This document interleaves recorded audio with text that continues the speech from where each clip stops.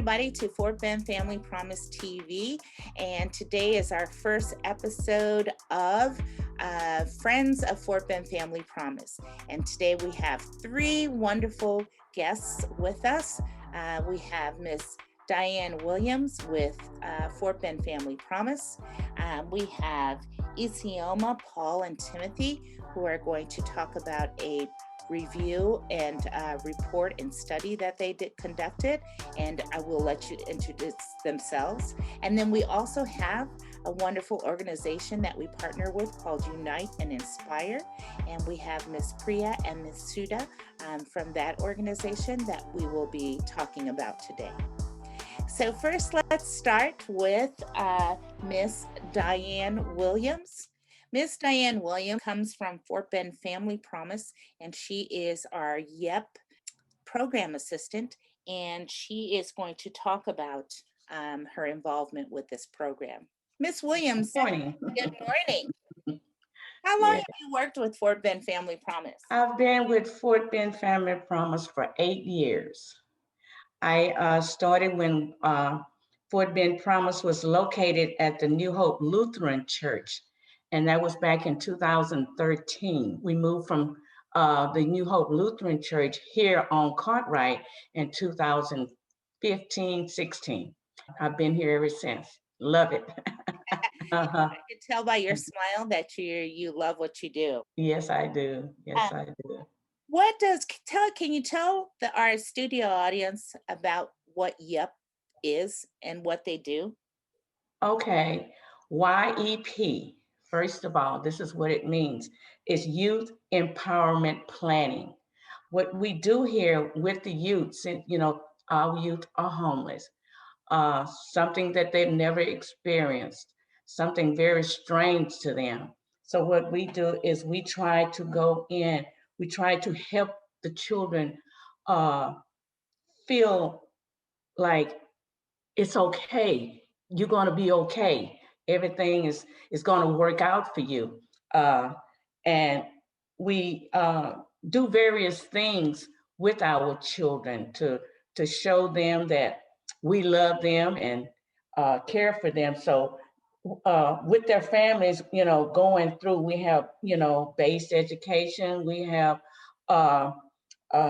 mainstream courses for them. The children in school, we help them with getting their books, if they need a special book, if they're in band, we help them with, getting that special instrument that they need, and different other things that, we do. We try to empower our youth to just continue on, that everything is going to be okay. That's what our, empowerment is for our youth right now. In saying that, it sounds like that's the whole reason for the YEP program is to empower. Mm-hmm. Why do you think YEP program is important for our youth in our community? It's important because our youth, they had nothing to do with this being homeless. It's just something that happened in the family, because all of our families are just like you and I. They've worked and something happened in their lives.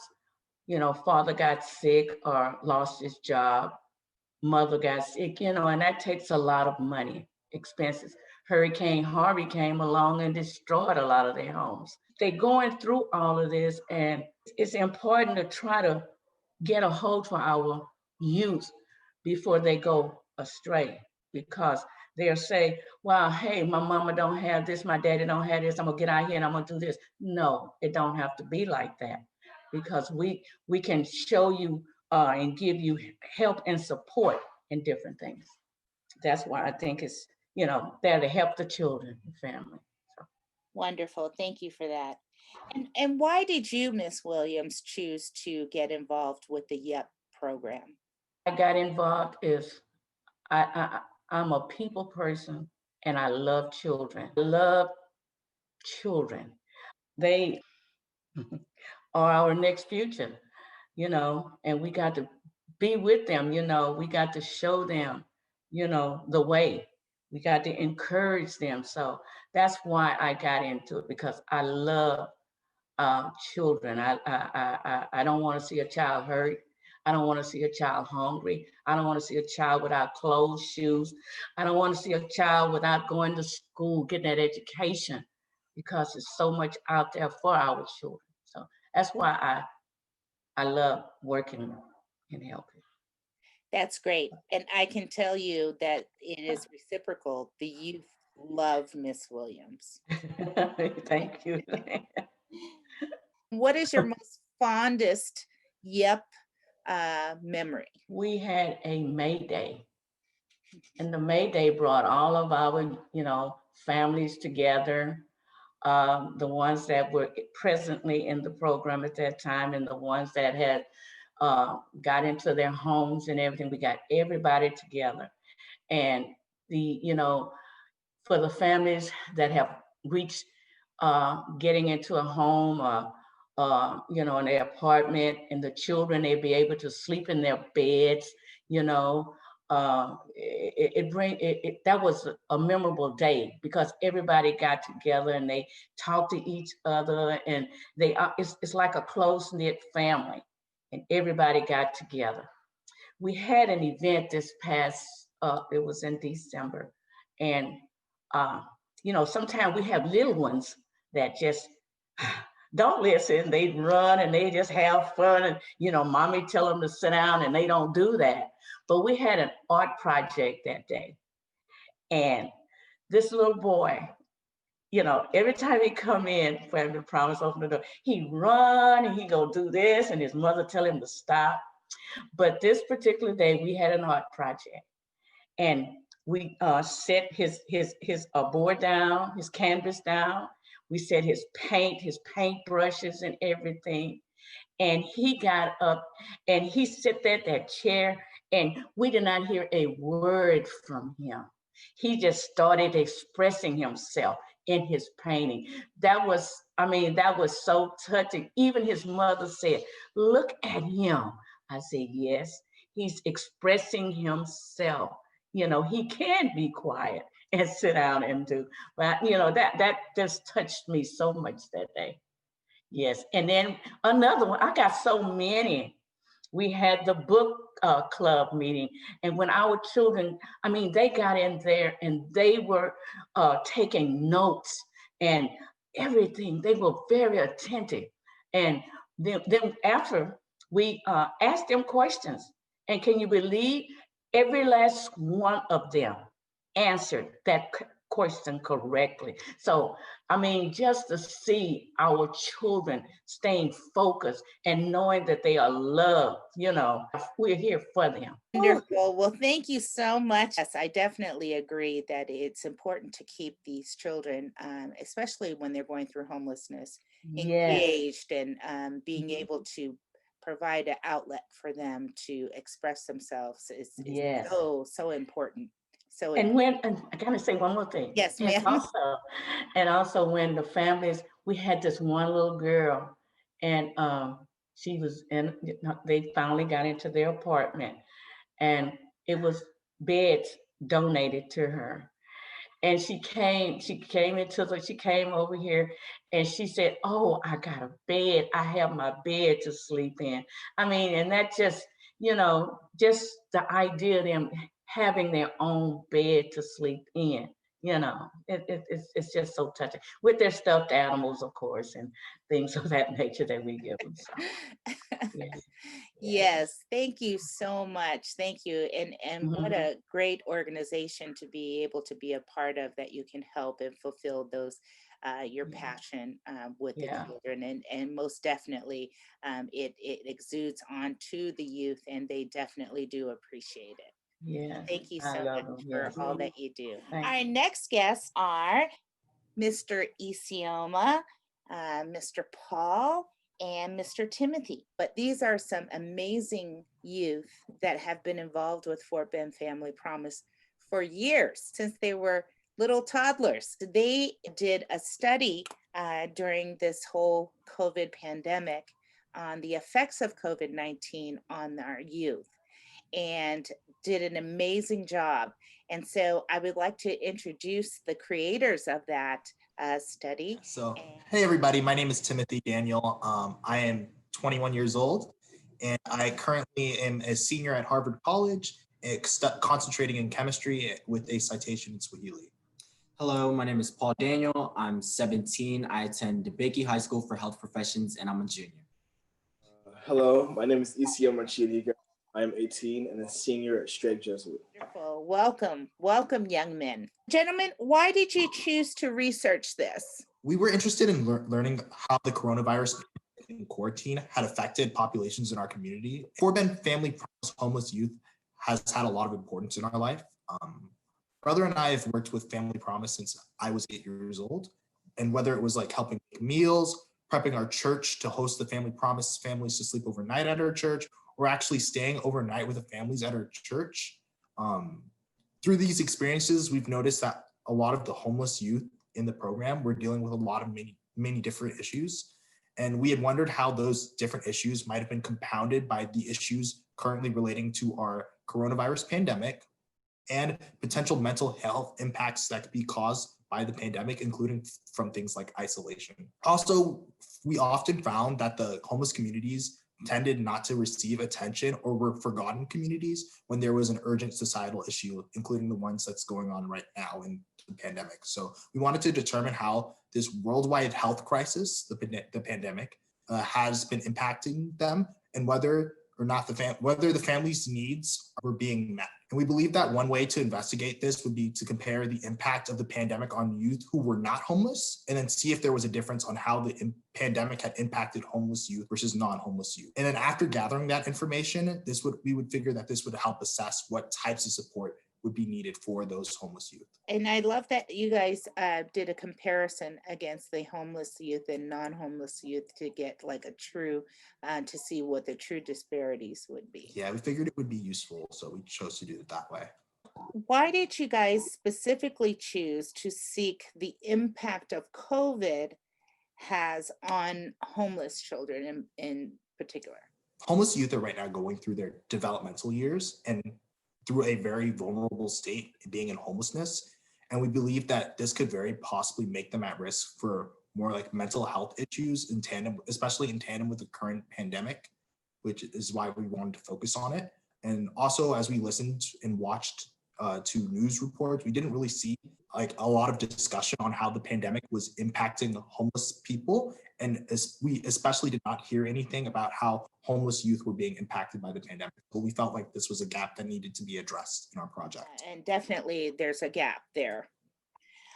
Now, what was the question you sought to answer with this research project? So the question we were mainly trying to answer was, how has the coronavirus pandemic affected the homeless youth population in comparison to a non-homeless youth population?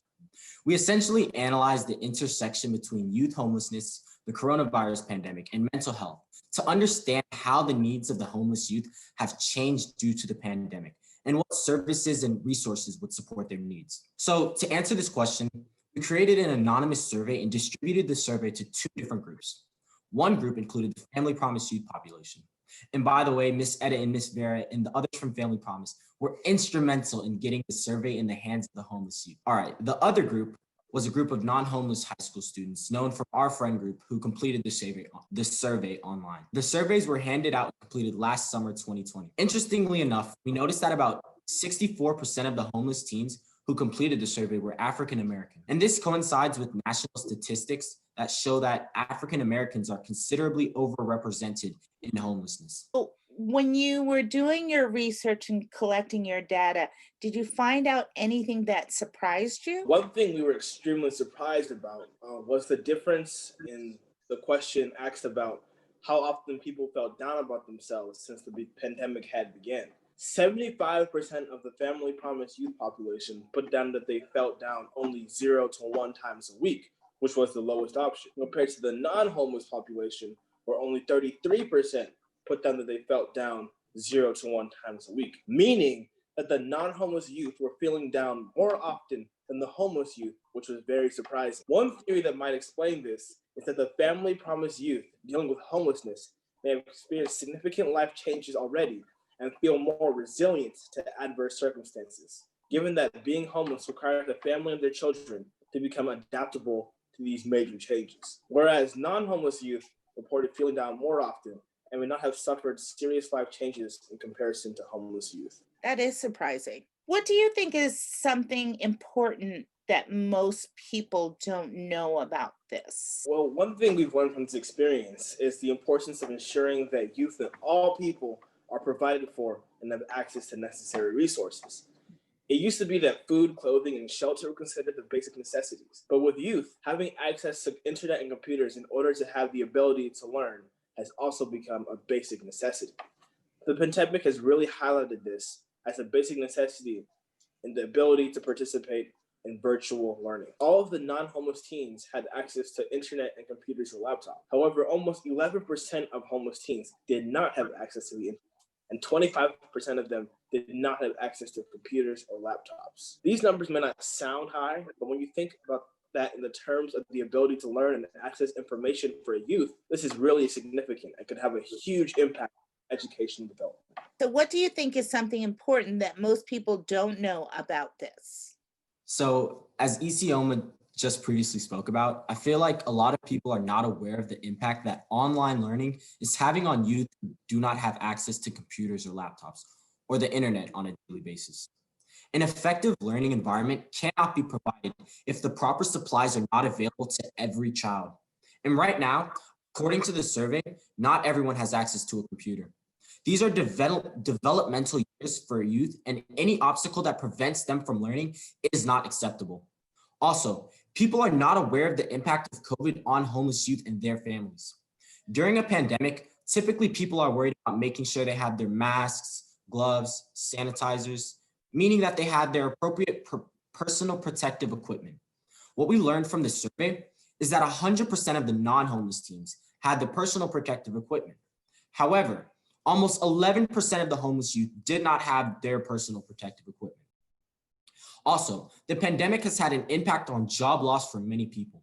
For the non-homeless youth, about 7% of their families had a job loss related to the pandemic, whereas 75% of the homeless youth's family had a job loss related to the pandemic, which is a massive impact on homeless youth and their families. In addition, there was a decrease in the homeless youth's desire to pursue higher education, and some reported that this was due to their family's job loss, whereas 100% of the non-homeless youth were still planning to pursue college. What is your advice for other people who want to help or get involved in this cause, or to develop this into maybe some type of nonprofit? Or what is your advice for other people that may want to do something like this? Now, because of the coronavirus, many organizations are in dire need of supplies, money, and volunteers, especially Family Promise. If you have extra time in your hands, please take some time to help these organizations. Family Promise is a national nonprofit, and if you or your church or place of worship or other groups are looking to get involved in doing important and needed work, go to familypromise.org and click to find an affiliate to get started. Remember that Martin Luther King's Day of Service is coming up on January 18th, which would be an opportune time to get involved in helping Family Promise and organizations like this. What's one takeaway that you all have from this experience? So at least one takeaway I had from this experience was that during these times, we need to make sure that we are supporting our local communities. There's just so much preventable suffering going on that we can find and solve through group efforts. And so we must be vigilant in making sure that populations that need assistance are helped with the proper resources so that they can first live, also progress and thrive and be able to sustain themselves and their families. Like as I think Ms. Williams had referred to previously, like homeless and non-homeless teens are the future. So we have to invest in their overall well-being, both during this crisis and for the long term, so we can impact their future outlook. If you are interested in learning more about the study, we have a published manuscript that is available on Fort Bend Family Promise's website, which documents all of our findings. Also, we want to thank Ms. Johnson and Ms. Etta Vincent and their staff for their support, and the youth and their families in Fort Bend Family Promise who took the time to complete the survey, and all the other youth as well. Thank you all so much for giving us the opportunity to provide you all this information. I hope you have a wonderful day. Thank y'all so much. And again, you'll be able to find this study on the fortbendfamilypromise.org website. For our next guest, we have a special organization that is near and dear to our hearts. And the organization name is Unite and Inspire. And today we have Miss Priya and Miss Sudha here from this organization, and they are going to talk to you about you and I. It is you and I. It's about you and I. Hello, everyone. My name is Priya again, and we are here to talk about not just our organization, but also how what we are doing in this organization is so interconnected to what you, all three of you, like through your paper, like what you presented, to what we have done from our end, and how we can together do a lot more in the coming months together. I'm saying that. So it's not just like, you're doing it and it's you and I. So that's what we're all about. Okay. Before I move ahead with mission and vision and all that, let me tell you something that touched me when you're sharing about the paper and the details that what you're sharing with us. What you found out through your research and what you published today is something the world, and most importantly, the other section, the control and subject kind of thing, like what you have, that those families need to know from you. Let me tell you, you are my heroes. You have dealt it like so nicely than what many of the families or in our own year and a family, like our volunteers have done it. You're right. You're so very right. They probably were very frustrated, not knowing like how to deal with this one, but you're already there in and already dealing with it. And you have sailed that situation so nicely and effortlessly. So for me, you are the winners. Thank you so much. For me, you are my heroes. Thank you. And I want to invite you all. In the month of February, we would have our annual meet, the annual celebration, kind of like it's like an annual day for our volunteers. Our volunteers are from ages 5 to 25, most majorly. Okay. I would like to invite you guys to come to our event, and please do talk about this paper, the wonderful works what we have done, and be our guests. We are going to send you the invitation, and yeah, we would love to. We would love to. Yes, absolutely. I would love to invite you guys and let all the other children like who have volunteered all throughout the year know why we ask them to volunteer, why we ask them to do these, whatever the activities we laid out. Like, why did we ask them to do it? Where is it going? And why is it important for them to continue doing what they've been doing? So we'll reach out to you, like our team will reach out to you, and I'm really proud of you guys. Like I feel very fortunate to be part of this interview today. My heart is full now. Right? It's like I'm very happy and content to see such youth coming in and not stopping there the way they are, like as identifying themselves like somebody who has dealt with situation, but they're also trying to find a solution for that, trying to lay a pathway for that towards a solution. And for that, my hats off to you, and we would always support you. And I would I would leave it to Sudha, like to continue from here to let all of you know about our mission, vision, and what are our core values, and what do we do with our volunteers towards our community activities, and what are the kind of values we are trying to inculcate and impart in them about this. Go ahead, Sudha. Yes, wonderful. Good morning, everybody. Thank you so much, Fort Bend Family Promise, for giving us this opportunity. Thank you so much, Rajni, for bringing me on board along with you. And I echo everything Ms. Rajni said about all of you. Whenever there is a problem, a lot of us panic and worry why the problem did walk into our life. But you stand as an example of finding what to do when we face the problem. Amazing job. The paper was amazing. Excellent job. And we would really love to have you. Thank you, Rajni. You echoed what I exactly felt. Heartfelt congratulations for bringing in and finding a purpose, like why do we volunteer? We need a purpose to volunteer. We have a lot of youth that are very much involved with us, with our organization. Unite and inspire. So we unite and you inspire us. Thank you very much. Y'all are too kind. Thank you so much for this. Yeah, thank you. Yeah. Thank you. What a wonderful partnership this morning to have these groups get together. A lot of times we don't know why things happen the way they do. It's just meant to be. So I'm glad that we chose the groups that we did to interview and spotlight today. Who is You and I, and what is their mission and vision? You and I is you and I. Anybody who thinks can give back to community is you and I. So you and I stands for Unite and Inspire. We bring everybody that is ready to give back to the community. We put forward an inspiration like what you guys do. We need some inspiration. So we come Unite and Inspire. Our mission basically is to unite and inspire children, youth, and adults too. There are many adults who are really interested to volunteer and give back to the community. To volunteer and give back to the communities in need by sharing the resources to cultivate their growth as civic-minded, responsible global citizens. That's our mission. We not only bring the youth and adults, we share our resources with so many collaborators that work with us. Our main mission is to cultivate the coming generation to become a responsible, civic-minded global citizens. That's our mission.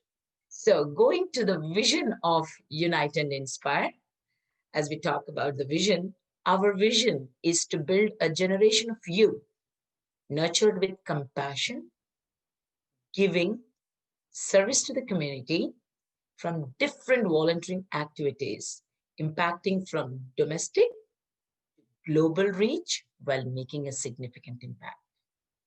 We serve to the communities that are just around us. We just turn around, look around, and we are there. That's our community that we belong to. Then we say, okay, we are good here. Now we pull all our resources, beautiful people like you, Family Promise Fort Bend, and we come together, and then we go nationally. And then from there, once all our resources are super, we have young youth volunteers like Isioma, Danielle, or all these kids. We want, okay, we can show the world, and then we go globally. That's our vision. We want to make an impact starting from our house to the world, to the end. That's our vision. So mission and vision of Unite and Inspire. Coming to the core values, if you want us to work with us, like why do we started all this? What are our core values that we connect heartfully and we want to give it back to the community? When you're giving back, taking is an easy job. I learned it as a child. You want this, you want that. Taking is very easy. But when you give back, you need a beautiful heart with a lot of love, respect, compassion. It's not all about only the person who's taking is always is somebody who is not that capable or not. It's how you can give to them. Make them feel that whatever you're giving is not like out of any special thing, but it's out of your heart. They need to feel connected to the giving back. So for us, empathy and compassion stand first. We believe in it. We work with youth volunteers because youth, as Ms. Diana Williams said, they are our future. We did our job, we learned it, but we have to train the generation that walks next to understand that there is a world out there that needs a little bit of giving. If we do not teach them, we might be handicapped in circulating. A Santa Claus always exists in every form, Christmas or all through the year or all through the time. So we believe in that. We want to be that Santa Claus in every child's life who needs a helping hand, or any family who needs a helping hand. So Rajani, To give, yeah. Rajani has been an amazing mentor for all of us and driving us towards this cause with a big family called Unite and Inspire. Yes, Rajani, go ahead. Before you all get confused, my full first name is Rajanipriya. So few call me Rajni and few call me Priya. Okay, so don't get confused about that. Now coming to that, if I were to elaborate on what she shared, what Sudha shared about the vision, mission, and the core values, you just now from your research, you explained that there was lack of resources like devices, right? There was because of the lack of devices that few of you could not take up the online classes or the schooling and all that, right? We identified that need and we made uh, our youth volunteers, the high schoolers, do the campaign for you guys. They did that COVID-19 campaign, like COVID-19 relief campaign. We did not name it as a response one. Response is something like what we all have to do at different levels. But how do we give relief to the problem that is prevailing because of the situation? So we did the food supplies and we did school supplies. Hygiene. We did hygiene supplies and we did the devices campaign. When I'm saying we did, it is not me and Sudha. No. It is these volunteers who are elementary, middle, and high schools. And the devices that were raised through this campaign were all shared with, I wouldn't say donated, I would say it as shared. Because that's what we are trying to teach them. That's what we are trying to show them, that we do not want these volunteers like to feel something great that they have donated something. No, they have shared their resources, which is the reason why we kept it in our mission too, that by sharing resources is how you would develop and inculcate that kind of an understanding of life, like how you come together to help your own friends in the community. So they shared these devices. So the kid who did this campaign, tomorrow when she's attending her schooling, online schooling, she knows deep in her heart and mind that, oh, along with me, there are many of my friends like whom we helped, and they are also able to do their online schooling. Right, Ms. Williams?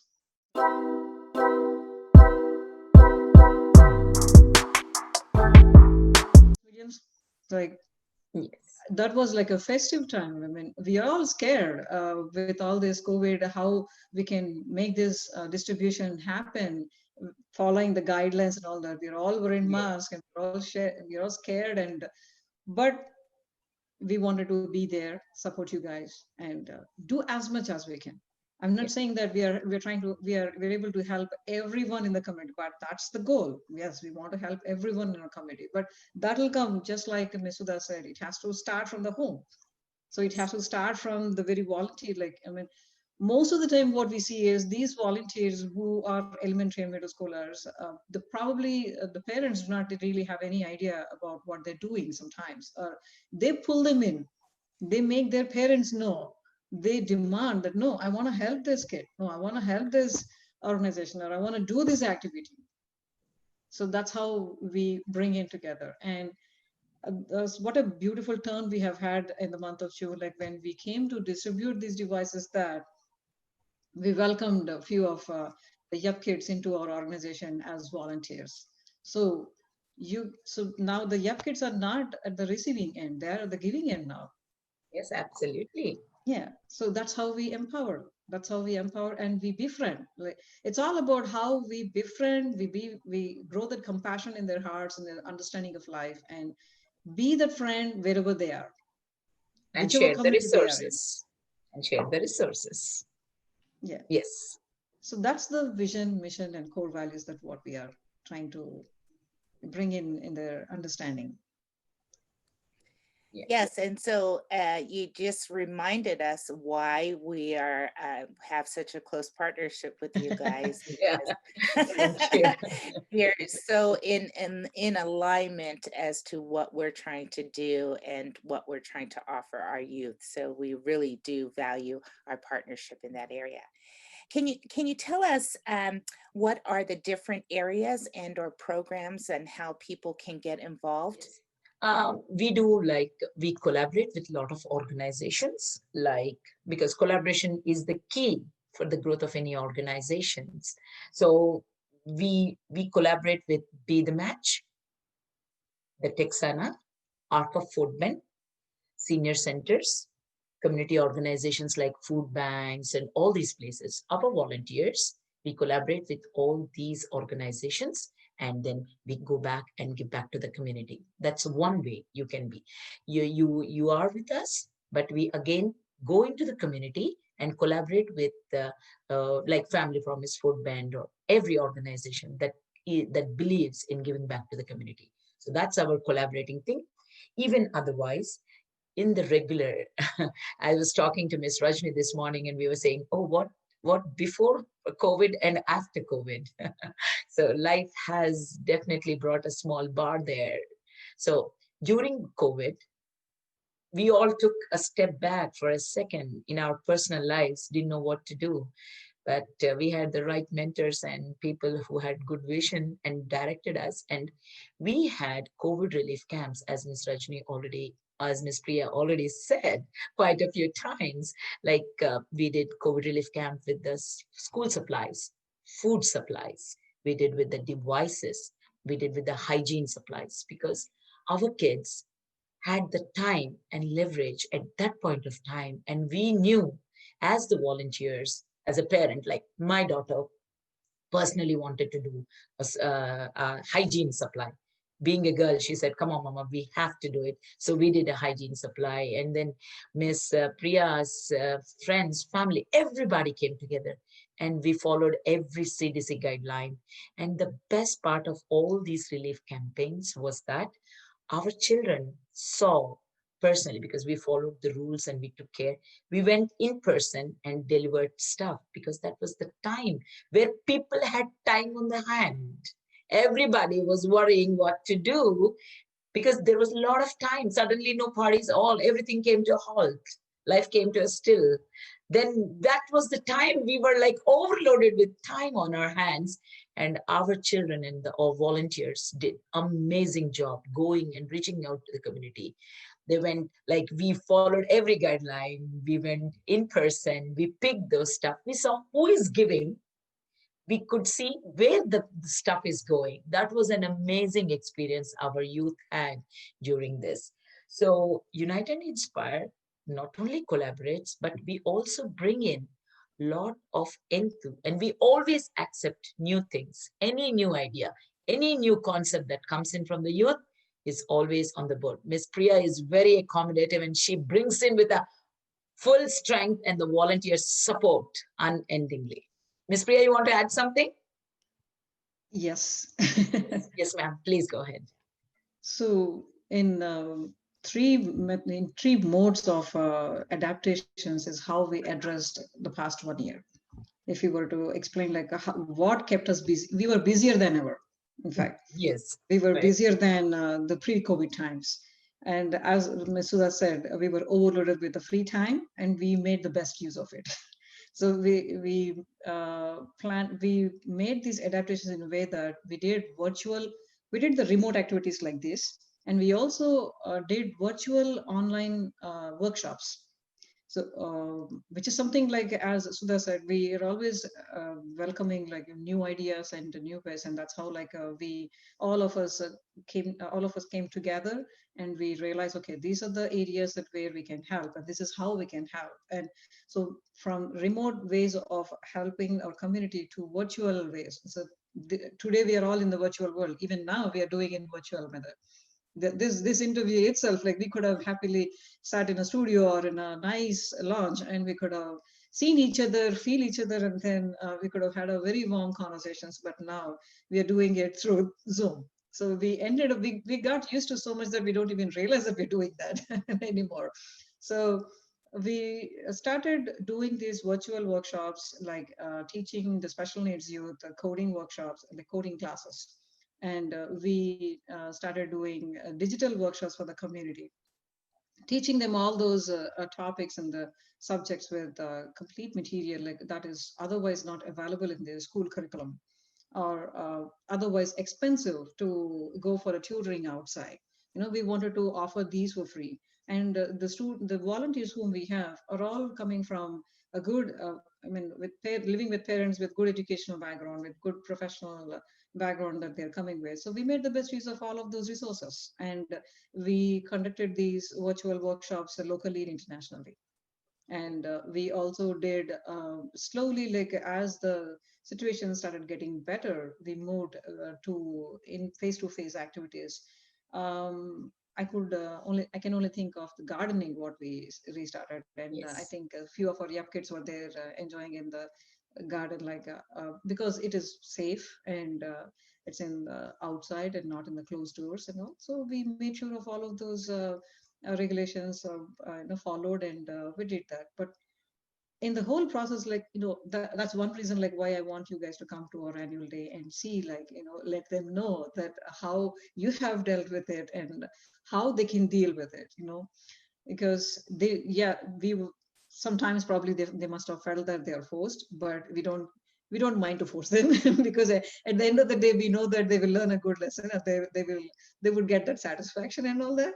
But today I can tell you for sure that they all learned the ways to adapt, the ways to share and care, and the ways to stand by each other in these tough times. Like this is the pandemic that we have seen. It's an unprecedented one, and we don't know like what's in store for the future. I want to be optimistic, but this generation now, this present generation now, like they have seen this pandemic, right? And the lesson that they have learned is nothing will stop you from helping your friend in the community. Nothing should. Absolutely. Yes, absolutely. So that's the takeaway that I would say, like for the last 1 year, like what we have been doing, that now they don't even think about it. Like they don't even think about the pandemic. They're so used to this now. We are like in the next month, we are starting again these virtual classes for the special needs youth, because especially for them, until this time, they didn't know that they can help these special needs youth with these classes, and we made them part of it. And now they know that even if they go to their college or they see someone, it's not about showing the sympathy to them. It's about befriending them. It's about sitting with them and say that, hey, buddy, let me teach you this. Let's learn this. That's the kind of environment what we are bringing in. And and we are open to everyone who wants to join us and who wants to be our volunteer and do these good deeds, like, and be part of the community as a volunteer and be part of this beautiful world with the responsibility, the good responsibility on their shoulders, and which something that they can carry effortlessly. So to be a volunteer, the simple way is to go to a website and click on the register here and register yourself as volunteer, and it will be taken care from there. So anyone is welcome. It's all about you and I. That's all matters. Yes, ma'am. Absolutely. Wonderful. And can you repeat the website again that people can go to? It's www.uniteandinspire.org. Uniteandinspire.org. So I just wanted to thank our guests today. And if you want any further information, you can just send an email or comment down below, and we will get back to you as soon as possible and provide you with whatever resources. I just want to thank our guests today and our family, because our guests are our family.